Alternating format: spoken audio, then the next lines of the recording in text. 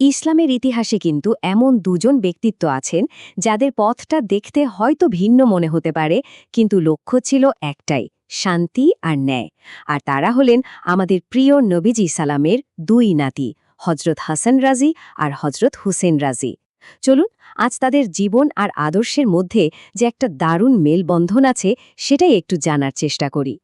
নবীজি সাল্লাল্লাহু আলাইহি ওয়াসাল্লাম তার দুই নাতিকে যে কী পরিমাণ স্নেহ করতেন তা তার একটা কথা শুনলেই বোঝা যায়। তিনি বলতেন, ওরা আমার দুনিয়ার দুই সুগন্ধি ফুল। মানে এই ভালোবাসাটা কিন্তু শুধু সাধারণ স্নেহ ছিল না, বলা যায় এটাই ছিল তাদের পুরো ব্যক্তিত্ব আর আদর্শের মূল ভিত্তি। তাদের পরিচয় তো আমরা জানি, হজরত আলী রাদিয়াল্লাহ এবং নবী কন্যা ফাতেমা রাদিয়াল্লাহর সন্তান। আর তাদের ছোটবেলাটা কেটেছে সরাসরি নবীজির কোলে পিঠে। ভাবুন তো একবার, এই পরিবেশটাই কিন্তু তাদের চরিত্রকে এক বিশেষ আদর্শে, এক বিশেষ ছাঁচে গড়ে তুলেছিল। আচ্ছা, তাহলে প্রথমে আমরা কথা বলি বড় নাতি হজরত হাসান রাজিয়াল্লাহকে নিয়ে। সত্যি বলতে তার জীবনটা ছিল মুসলিম উম্মার ঐক্যের জন্য এক অবিশ্বাস্য, এক অসাধারণ ত্যাগের গল্প। তিনি ছিলেন স্বভাবগতভাবে ভীষণ শান্তিপ্রিয়, কোমল মনের মানুষ। আর তার উদারতা ছিল অবিশ্বাস্য।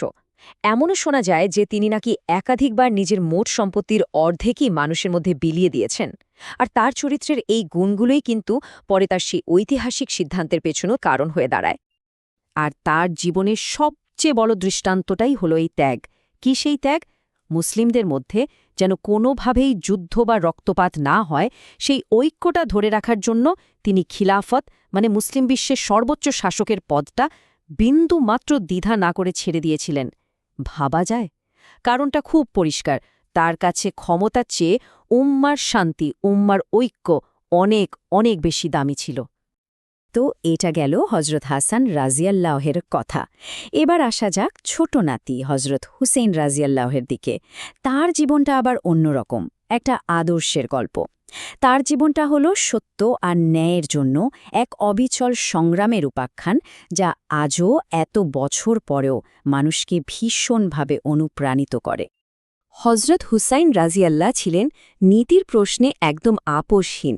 মানে যেখানেই তিনি কোনো অন্যায় দেখতেন, কোনো অবিচার দেখতেন, সেখানেই একেবারে সোজা হয়ে দাঁড়াতেন, প্রতিবাদ করতেন। তার কাছে সত্য ছিল সবার উপরে, যে কোনো কিছুর ঊর্ধ্বে। তিনি কোনো রকম অন্যায়ের সামনে কখনোই মাথা নত করেননি। আর এর সবচেয়ে বড় প্রমাণ তো কারবালার সেই ঘটনা। সেখানে তার আত্মত্যাগটা ছিল আসলে সত্য আর ন্যায়কে উঁচুতে তুলে ধরার এক চিরন্তন উদাহরণ। আর এই ঘটনায় যুগে যুগে মানুষকে অন্যায়ের বিরুদ্ধে রুখে দাঁড়ানোর সাহস জুগিয়ে আসছে। আচ্ছা, এখন দেখুন, বাইরে থেকে দেখলে হয়তো মনে হতে পারে দুজনের পথটা একদম ভিন্ন, তাই না? কিন্তু আসলে তা নয়। তাদের দুজনের আদর্শ মিলে কিন্তু একটা পরিপূর্ণ ছবি তৈরি হয়। ব্যাপারটা এমন যে একজন শান্তি প্রতিষ্ঠা করেছেন আর অন্যজন সেই শান্তির ভিত্তিটা মানে ন্যায় বিচারকে প্রতিষ্ঠা করেছেন। তাহলে আমরা কি শিখছি?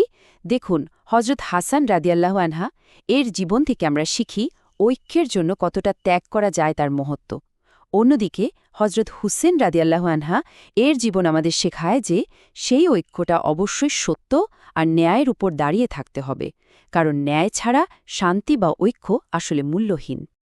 এই জন্যই বলা হয় নবীজি সাল্লাল্লাহু আলাইহি ওয়াসাল্লামের এই দুই নাতি আসলে দুটো ভিন্ন আদর্শের প্রতীক নন, বরং তারা একটা পরিপূর্ণ জীবন ব্যবস্থারই দুটো গুরুত্বপূর্ণ দিক। তাদের জীবন আমাদের এটাই শেখায় যে পরিস্থিতি বুঝে কখন শান্তির পথটা বেছে নিতে হবে, আবার কখন ন্যায়ের জন্য এক চুলো ছাড় দেওয়া যাবে না, আপোষহীন হতে হবে। ব্যাপারটা এভাবেও ভাবা যায়, একজন যেন শান্ত সমুদ্রের মাঝে একটা বাতিঘর পথ দেখাচ্ছেন, আর অন্যজন তিনি যেন সত্যকে রক্ষা করার জন্য এক অটল দুর্গ। একজন পথ দেখান, আরেকজন সেই পথকে সুরক্ষা দেন। আর এই দুটো আদর্শ যখন একসাথে মিলে তখনই কিন্তু পূর্ণতা আসে। তাহলে শেষে একটা প্রশ্ন কিন্তু থেকেই যায়, হজরত হাসান রাজিয়াল্লাহ যে শান্তির পথ দেখিয়েছেন আর হজরত হুসাইন রাজিয়াল্লাহ যে ন্যায়ের পথটা দেখিয়েছেন, এই দুটো কি আসলে একে অপরের পরিপূরক নয়? মানে ন্যায় বিচার ছাড়া কি সত্যিকারের শান্তি প্রতিষ্ঠা করা সম্ভব, অথবা শান্তি ছাড়া কি ন্যায় টিকতে পারে?